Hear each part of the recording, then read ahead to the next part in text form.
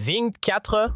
Alors voilà tout ce qu'il aura fallu pour que la France réalise qu'un traître se trouvait au cœur même de son pouvoir. Une seule journée sépare l'instant où Bruno Retailleau, alors ministre de l'Intérieur, a joué son dernier coup dans une partie déjà truquée, et celui où Sébastien Lecornu a exposé au grand jour l'ampleur d'un complot dissimulé dans les coulisses de la République. Ce qui s'est produit ce jour-là dépasse les scénarios les plus sombres que l'on pourrait imaginer dans une démocratie contemporaine. On parle ici d'un sabotage d'État conçu au sommet et d'un homme assez audacieux pour enlever le voile. Personne n'avait anticipé un tel dénouement en ce matin du 15 décembre 2000, ni Lecornu, lui-même persuadé d'agir avec loyauté au service de la France, ni même l'Élysée convaincu de maîtriser chaque paramètre de la situation. Et pourtant, le premier à ne rien voir venir, c'était bien Bruno Retailleau lui-même. Il avançait confiant sans imaginer que son propre stratagème allait se disloquer en plein vol. Pour comprendre, il faut remonter 3 semaines en arrière dans l'atmosphère feutrée des bureaux de la place Beauvau. Ce jour-là, le ministre de l'Intérieur reçoit une visite inattendue, un homme au port impeccable, costume sombre parfaitement ajusté, qui se présente simplement sous le nom de Monsieur Laurent. Mais derrière cette sobriété apparente se cache un profil bien plus trouble. Ancien agent des services secrets, désormais plongé dans les opérations politiques occultes, il agit comme l'architecte invisible du Rassemblement national. À peine installé face à Retailleau, il entre dans le vif du sujet avec une assurance déconcertante. « Monsieur le ministre, nous savons que votre rôle actuel ne vous satisfait pas. Et nous savons aussi que vous visez bien plus haut. » Sans attendre, Laurent ouvre sa mallette et en sort un dossier volumineux qu'il dépose sur le bureau. « Nous avons passé votre parcours au crible, vos discours, vos choix, vos positions. Vous n'êtes pas à votre place dans ce gouvernement sans relief, glisse-t-il avec un calme presque glaçant. Intrigué, Retailleau feuillette les pages.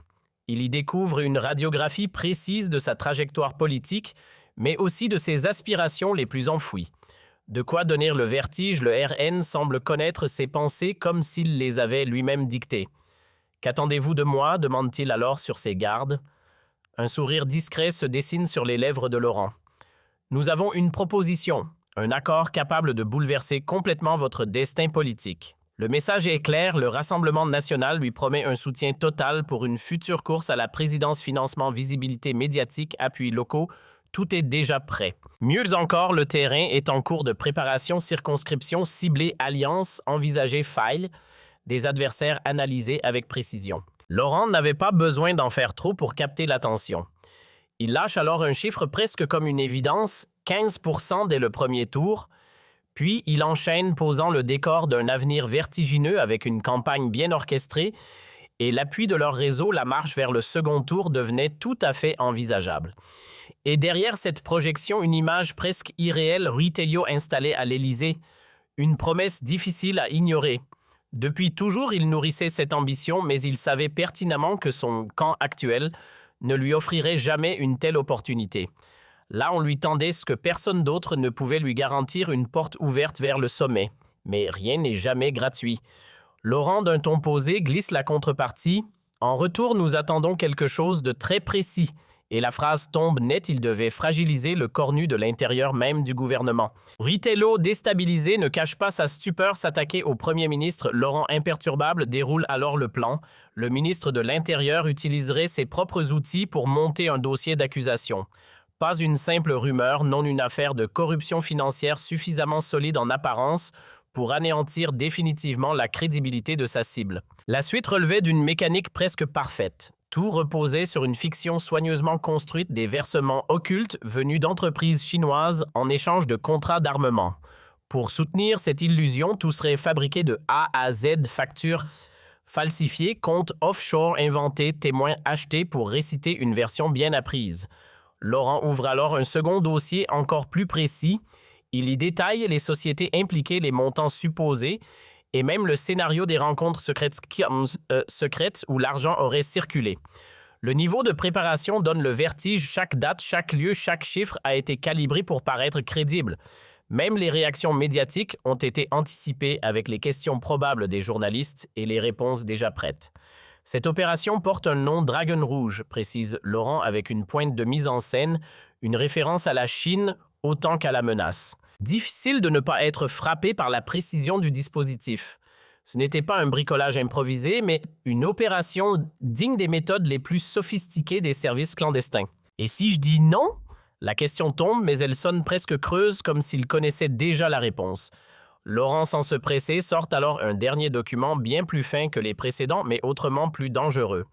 Il le pose calmement sur la table avant de lâcher des éléments compromettants sur ses relations financières avec certains promoteurs immobiliers de sa région, de quoi attirer très vite l'attention des juges et des médias. À l'intérieur, clichés d'échange d'enveloppes, traces de comptes bancaires dissimulés, déclarations prêtes à être livrées par des acteurs du secteur. Rien de spectaculaire en apparence, mais suffisamment solide pour tout faire basculer.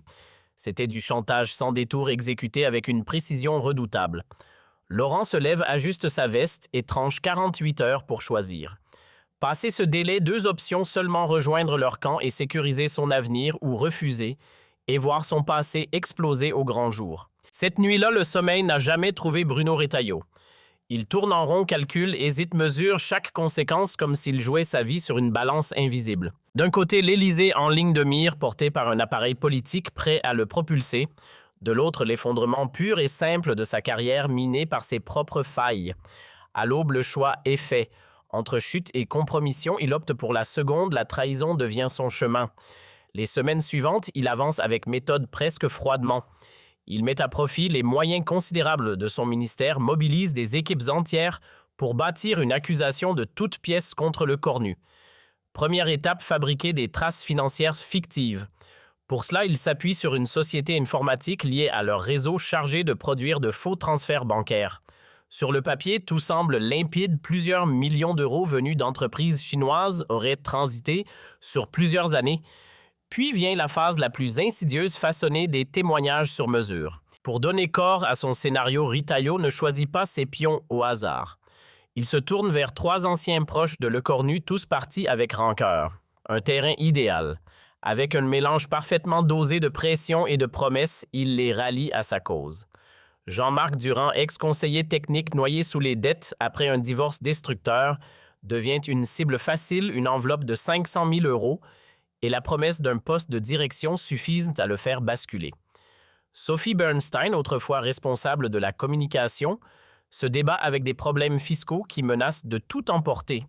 On lui offre l'effacement de ses dettes et une protection judiciaire en échange d'un récit bien calibré accusant le cornu d'avoir étouffé des enquêtes gênantes. Quant à Patrick Morel, ancien chauffeur poursuivi pour violence conjugale, il obtient la perspective d'une affaire classée et d'un emploi confortable en contrepartie d'une histoire détaillée sur de prétendus déplacements secrets à l'étranger pour rencontrer des intermédiaires chinois. Chacun est acheté poussé, modelé selon ses failles. Mais recruter ne suffit pas. Il faut aussi transformer ses voix en un cœur parfaitement accordé. Les équipes de Laurent prennent le relais et orchestrent un entraînement minutieux. Chaque témoin mémorise son rôle, répète inlassablement ses réponses, ajuste ses propos pour éviter toute contradiction. Rien n'est laissé au hasard, c'est une mise en scène mentale d'une précision redoutable. Ensuite vient la phase la plus technique. Retailleau fait appel à des spécialistes capables de produire des documents indiscernables des originaux. Autorisation d'exportation d'armes falsifiées, justificatifs de dépenses inventées, ordre de mission fabriqué, tout un univers administratif est reconstruit de toutes pièces. L'objectif est clair, bâtir un décor suffisamment crédible pour que l'accusation de corruption paraisse incontestable. Et pourtant, la pièce maîtresse du dispositif ne reposait ni sur les faux documents, ni sur les témoins fabriqués, mais sur quelque chose de bien plus insidieux, l'opinion publique elle-même. Avant même que le scandale n'éclate, tout avait été soigneusement préparé. En coordination avec les équipes de Laurent, des milliers de profils fictifs avaient été déployés sur les réseaux sociaux. Pendant des semaines, ces comptes ont distillé presque imperceptiblement une série de rumeurs, une richesse dissimulée des séjours luxueux financés par d'obscurs soutiens asiatiques, un train de vie difficilement explicable au regard des revenus officiels. Rien de frontal, tout en suggestion. L'idée n'était pas de convaincre immédiatement, mais d'installer le doute. Ainsi, lorsque les révélations arriveraient, elles ne seraient pas perçues comme une surprise, mais comme la confirmation de soupçons déjà ancrés dans l'esprit des Français. Mais pendant que ce mécanisme se mettait en place, une autre dynamique invisible prenait forme.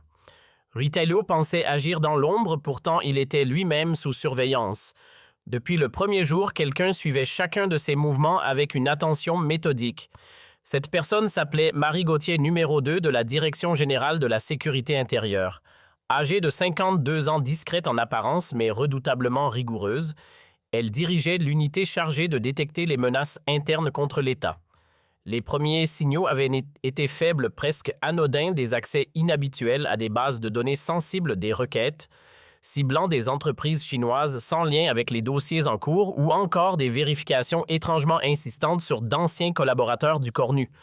Mais ce sont surtout certains comportements internes qui ont éveillé ces soupçons, réunions discrètes, activités inexpliquées, habitudes soudainement modifiées. Autant d'indices qui, mis bout à bout, dessinaient un tableau inquiétant. Peu à peu, les remontées de terrain deviennent troublantes. Des sources internes évoquent des rencontres tenues à l'abri des regards, des déplacements sans justification officielle et même des accès à des bases sensibles en pleine nuit. Pour Marie Gauthier, le doute n'est plus permis. Il y a quelque chose qui ne tient pas, confie-t-elle à son adjoint, le commandant Pierre Roussel. Rien ne correspond aux missions habituelles du ministère et surtout, une question s'impose: pourquoi cet intérêt obsessionnel pour les finances personnelles du Cornu? Face à ces anomalies, elle prend une décision lourde de conséquences, placer discrètement le ministre sous surveillance. Un choix risqué, presque impensable. Observer un membre du gouvernement à ce niveau relevait de l'exception absolue. Mais son instinct lui souffle que l'enjeu dépasse de loin les règles ordinaires. La machine se met alors en marche dans le plus grand secret. Une nuit, des dispositifs d'écoute sont installés dans le bureau de Ritaglio.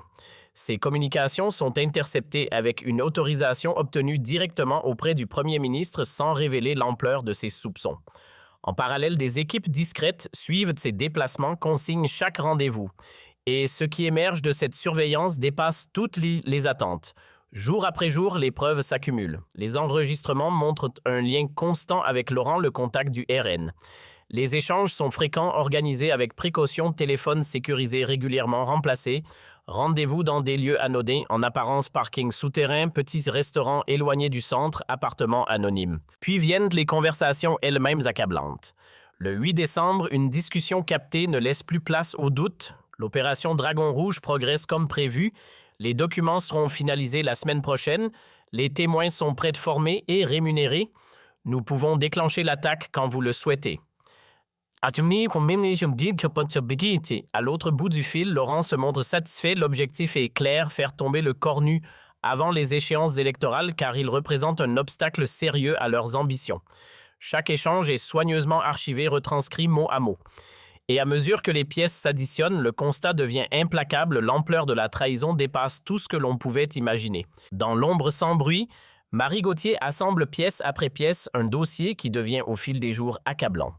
Photos de rencontres clandestines, enregistrements compromettants, traces indéniables de documents falsifiés, tout est consigné avec une rigueur implacable. Rien n'est laissé au hasard.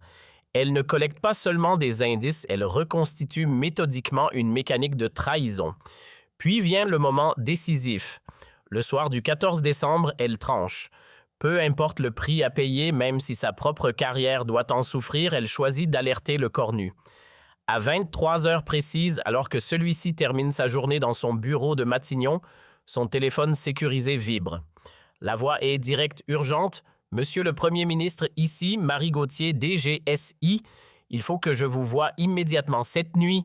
C'est une affaire de sécurité nationale. » Une heure plus tard, le face-à-face est engagé. Dans le bureau du Premier ministre, Marie Gauthier s'installe un dossier rouge estampillé « Secret défense » posé devant elle. Le ton est grave sans détour, ce qu'elle s'apprête à révéler dépasse tout ce que l'on pourrait imaginer. Elle annonce l'impensable, le ministre de l'Intérieur lui-même est en train d'organiser sa chute. Le mot est lâché, un coup d'État administratif. Le Cornu stupéfait tente de comprendre. Elle ouvre alors le dossier et déroule une à une les preuves accumulées, images des rencontres avec Laurent, extraits d'échanges enregistrés, documents truqués conçus pour le compromettre. Le tableau devient clair, brutal. Depuis 3 semaines, Ritaglio agit dans l'ombre au service du Rassemblement national, construisant un dossier fictif destiné à le faire tomber dès le lendemain lors d'une conférence publique. Face à cette avalanche de révélations, corruption inventée, témoignages manipulés, preuves fabriquées, Le cornu découvre l'ampleur du piège. Tout a été orchestré depuis l'intérieur même de l'État avec l'appui de l'extrême droite. Pourquoi finit-il par demander encore sous le choc. La réponse tombe froide, implacable. Parce que vous dérangez. Ce qui les dérange chez vous, ce n'est pas un détail, c'est précisément ce que vous êtes, explique Marie Gauthier avec une froide clarté. Votre probité, votre crédit dans l'opinion, votre refus de pactiser avec les extrêmes, voilà pourquoi vous êtes devenu un verrou qu'ils doivent faire sauter. Leur objectif n'est pas seulement de vous affaiblir, mais de vous écarter pour placer leur propre relais à Matignon. La phrase tombe comme une déflagration. Le cornu encaisse le choc. L'un de ses ministres, un homme qu'il croyait encore loyal, travaillait depuis des semaines à sa chute, main dans la main avec les adversaires les plus radicaux de la République. Après un silence, il relève les yeux. Alors que faut-il faire? Pour la première fois depuis le début de l'entretien, Marie Gauthier laisse apparaître un bref sourire. Sa réponse est immédiate, il ne faut pas subir, il faut devancer. Dès le lendemain matin, avant que Ritaillot ne dégaine son dossier truqué, c'est lui qui devra exposer la vérité. L'idée est redoutable par sa simplicité et spectaculaire par son audace, retourner l'embuscade contre son auteur et révéler en pleine lumière la trahison venue de l'intérieur. La nuit qui suit ressemble à un interminable compte à rebours. Sans bruit, avec l'appui de Marie Gauthier et d'un cercle restreint d'agents restés fidèles à l'État Lecornu, prépare l'épreuve la plus risquée de toute sa trajectoire politique, dévoilée en direct sous l'œil des caméras, qu'un ministre en exercice a basculé dans la trahison. L'opération se met en place dans une salle sécurisée de Matignon. Marie Gauthier ne vient pas seule, elle s'entoure de ses profils les plus solides. Pierre Roussel verrouille l'angle juridique, Sarah Chen dissèque les éléments techniques. Julien Marchand consolide tout le volet renseignement. Une seule règle domine cette préparation, aucune faille. Chaque pièce doit être authentifiée, chaque document passé au crible, chaque témoignage comparé, vérifié, consolidé. Marie Gauthier le sait, Ritaillot cherchera le moindre vice de forme pour détourner l'attention du fond. Il faudra donc lui laisser zéro échappatoire. Dans cette salle verrouillée, chacun joue sa partition avec une précision presque chirurgicale. Sarah Chen, plongée dans ses écrans, dissèque les traces numériques laissées par les faux documents. Elle met en évidence ce que personne ne devait voir, les métadonnées trahissent tout. Ces soi-disant pièces venues de Chine ont en réalité été générées sur un poste informatique situé en France quelques jours à peine auparavant. Mieux encore, l'adresse IP utilisée a été identifiée. À ses côtés, Pierre Roussel s'assure que rien ne pourra être contesté sur le plan légal. Les interceptions sont dûment autorisées, les surveillances consignées, les témoignages juridiquement solides. Impossible pour Ritaillot de se réfugier derrière une faille procédurale. Pendant ce temps, Julien Marchand cartographie l'ampleur du réseau. Ce n'est pas une initiative isolée, loin de là. Il met en lumière une structure bien plus vaste, une quinzaine de hauts fonctionnaires en lien direct avec cette organisation, un système ramifié presque organique qui s'étend bien au-delà d'un seul homme. Les heures passent sans répit. Toute la nuit, l'équipe assemble les pièces d'un dossier qui devient peu à peu impossible à contester. 300 pages de preuves minutieusement vérifiées, croisées, authentifiées, conversations enregistrées, clichés, des rendez-vous clandestins, démonstrations techniques, des falsifications, déclarations de fonctionnaires impliqués sous contrainte, tout converge vers une seule conclusion. À l'aube, vers 5 heures, Marie Gauthier s'adresse au Premier ministre. Le travail est terminé, le dossier est solide, indiscutable. Mais elle insiste sur un point une fois lancé, ce processus sera irréversible. Ce qu'il s'apprête à déclencher ne pourra plus être arrêté. Face à elle, le cornu comprend l'ampleur de la décision. Il observe cette femme prête à tout sacrifier pour protéger les institutions, puis répond sans hésiter, sans cette intervention, le pays aurait pu basculer sans même s'en apercevoir. Dès lors, il n'y a plus d'alternative, il faut aller jusqu'au bout pour préserver la démocratie. À l'aube, tout est en place. Il est 6 heures et le cornu a déjà arrêté chaque détail.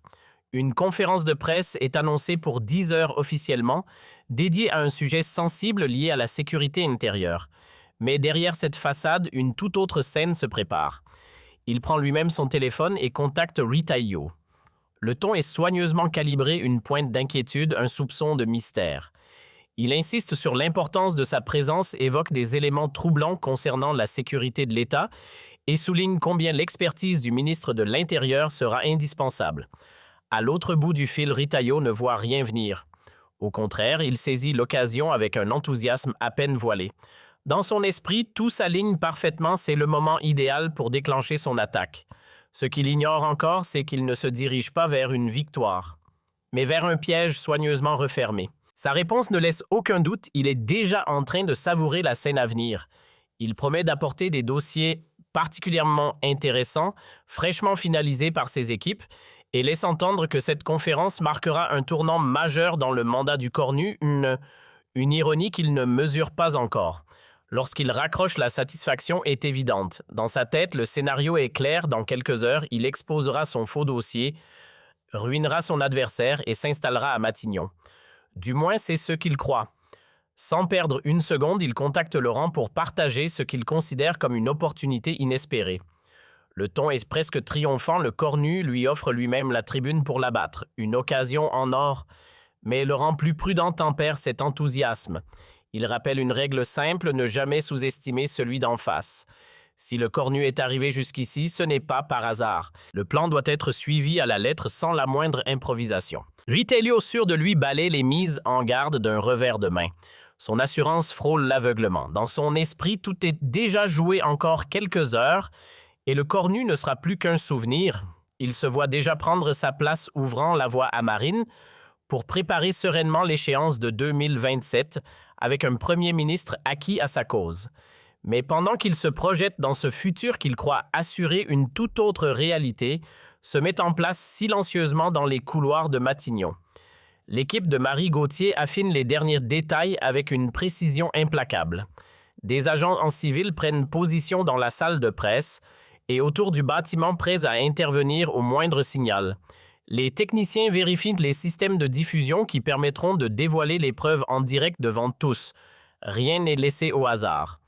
Vers 9 heures, la voix de Marie Gauthier glisse discrètement dans l'oreillette du Cornu, tout est en place. Si Ritaillot tente la moindre échappatoire, fuite, geste désespéré ou destruction de preuves, les équipes sont prêtes à agir immédiatement. Le Cornu acquiesce en silence, il sent le poids du moment, conscient qu'il s'apprête à entrer dans une séquence qui marquera sa trajectoire, peut-être même l'histoire. À 10 heures précises, il fait son entrée dans la salle de presse, suivi de Bruno Ritaillot dont le sourire trahit une confiance totale. Sous son bras, une mallette noire soigneusement fermée contenant ce qu'il croit être l'arme décisive, son dossier fabriqué de toutes pièces. Il est persuadé que dans quelques instants, tout basculera en sa faveur. Dans la salle, la tension est palpable. Plus d'une centaine de journalistes français et étrangers sont présents, conscients d'assister à un moment crucial. Les caméras sont braquées, les flashs crépitent à chaque mouvement. Ritaillot discrètement jette un dernier regard à sa mallette, faux transferts, témoignages construits, documents manipulés, tout est prêt. Il a même peaufiné un discours solennel décrivant comment une prétendue enquête interne aurait révélé la corruption du Cornu. Tout est prêt, sauf le fait qu'il est sur le point de tout perdre. Face aux caméras, le Cornu prend place derrière le pupitre. Devant lui, un dossier rouge estampillé « confidentiel » attire déjà les regards. Il balaye la salle du regard, journalistes français, correspondants étrangers, tous suspendus à ses premiers mots. Son expression ne laisse aucune place au doute, gravité, détermination, la posture de celui qui s'apprête à faire basculer une nation. Lorsqu'il prend la parole, sa voix est posée, maîtrisée, mais chargée d'une tension palpable. Il annonce qu'il va révéler un fait d'une extrême gravité, quelque chose qui touche directement aux fondations mêmes de la République et à la sécurité de ses institutions. À quelques mètres de là, Ritaillot observe la scène avec un sourire confiant. Assis au premier rang, sa mallette à ses pieds, il est persuadé que tout se déroule exactement comme prévu. Dans son esprit, le Cornu est sur le point d'annoncer sa propre chute et lui se prépare déjà à jouer son rôle, celui de l'homme choqué, presque attristé par ce qu'il feindra de découvrir. Puis, tout bascule. Le Cornu enchaîne, révélant que dès la veille au soir, il a mis au jour une trahison interne, un membre de son propre gouvernement collaborant secrètement avec l'extrême droite. À cet instant précis, le sourire de Ritaillot se fige. Lentement, le Cornu ouvre le dossier rouge et en extrait une première pièce qu'il expose devant les caméras. Une image claire, Ritaillot en compagnie d'un intermédiaire lié à Marine Le Pen attablé dans un restaurant parisien. Le choc est immédiat, mais ce n'est que le début. Une seconde preuve suit bien plus accablante, un enregistrement audio. Dans la salle, le silence devient total lorsque la diffusion commence. La voix de Ritaillot résonne distinctement sans ambiguïté. Il y accepte de fragiliser le gouvernement de l'intérieur, promet de monter un dossier pour faire tomber le Cornu. Ce n'est plus une accusation, c'est une démonstration. La déflagration est immédiate. Dans la salle, tout s'emballe. Les stylos s'agitent, les regards se figent. Les objectifs se tournent d'un seul mouvement vers Rutaillot, désormais immobile, presque vidé. Pendant près de 20 minutes, le cornu déroule son démonstratif avec une précision implacable. Chaque accusation est appuyée par une preuve projetée en grand format sous les yeux de tous. Faux dossiers montés au sein même du ministère, témoignages achetés, montages financiers fabriqués, rien n'est laissé dans l'ombre. Tout est exposé point par point avec une rigueur quasi chirurgicale. À un moment, il s'arrête sur un détail technique presque anodin en apparence mais dévastateur, les métadonnées d'un document censé provenir de Chine. Il les désigne à l'écran et souligne l'évidence, le fichier a en réalité été créé quelques jours plus tôt sur un ordinateur localisé au ministère de l'Intérieur. Le mensonge se fissure en direct. Dans la salle, le temps semble suspendu. Même les journalistes les plus aguerris se remettent à écrire avec une urgence fébrile, conscients d'assister à un moment historique. Puis viennent les preuves financières. Le cornu égrène les montants, les noms, les destinataires. Des sommes précises versées à chacun des témoins pour fabriquer leur déclaration. À mesure que les chiffres tombent, le visage de Rutaillot se décompose. Son plan pourtant élaboré dans les moindres détails s'effondre, pièce après pièce. Une question flotte dans l'air invisible mais omniprésente. Comment a-t-il pu être démasqué avec une telle précision? Comment une machination si minutieuse a-t-elle pu être retournée contre lui? Enfin, le cornu se tourne vers lui. Le ton change plus direct, chargé d'une indignation contenue. Il accuse sans détour le ministère de l'Intérieur a été détourné de sa mission pour devenir un outil de propagande au service de l'extrême droite. Les moyens de l'État, l'argent public, les institutions elles-mêmes auraient été utilisés pour bâtir une accusation fictive contre le chef du gouvernement. Après ces mots, le silence tombe lourdement dans la pièce. Plus aucun murmure, seulement le cliquetis des appareils photo et le bruit sec des stylos.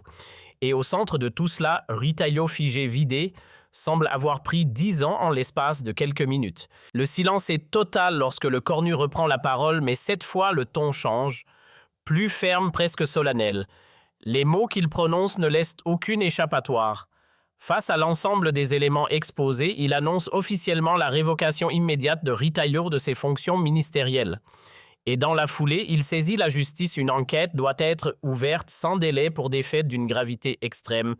Trahison envers l'État et collaboration avec des intérêts ennemis. Dans la salle, le choc est palpable. Rutaillot tente de se redresser, cherche à parler, à reprendre le contrôle. Mais sa voix vacille. Il évoque une erreur, une manipulation, tente de semer le doute. Trop tard. Le cornu coupe court, implacable. Les preuves sont écrasantes, des dizaines d'heures d'enregistrement des flux financiers qui tracent les paiements des témoignages concordants de ceux qu'il a impliqués. Il ne s'agit plus d'un malentendu, mais d'un acte caractérisé de trahison. À peine ces mots prononcés, 2 silhouettes en costume sombre s'avancent sans bruit. Le signal a été donné. Depuis sa salle de contrôle, Marie Gauthier orchestre la dernière étape. Les agents se présentent brièvement, carte à l'appui, et invitent Rutaillot à les suivre. Il regarde autour de lui comme à la recherche d'un appui, d'une sortie, d'une échappatoire. Mais il n'y a rien. Plus rien. En l'espace de quelques instants, tout bascule. Celui qui incarnait encore quelques minutes plus tôt l'autorité ministérielle devient un homme exposé, isolé, publiquement démasqué. Les caméras captent chaque seconde. Les images sont saisissantes. Un ancien ministre escorté, menotté, le visage vidé, laissant derrière lui une mallette devenue inutile. En quelques heures, ces scènes feront le tour du monde. La détonation ne s'est pas arrêtée aux portes de la salle de presse.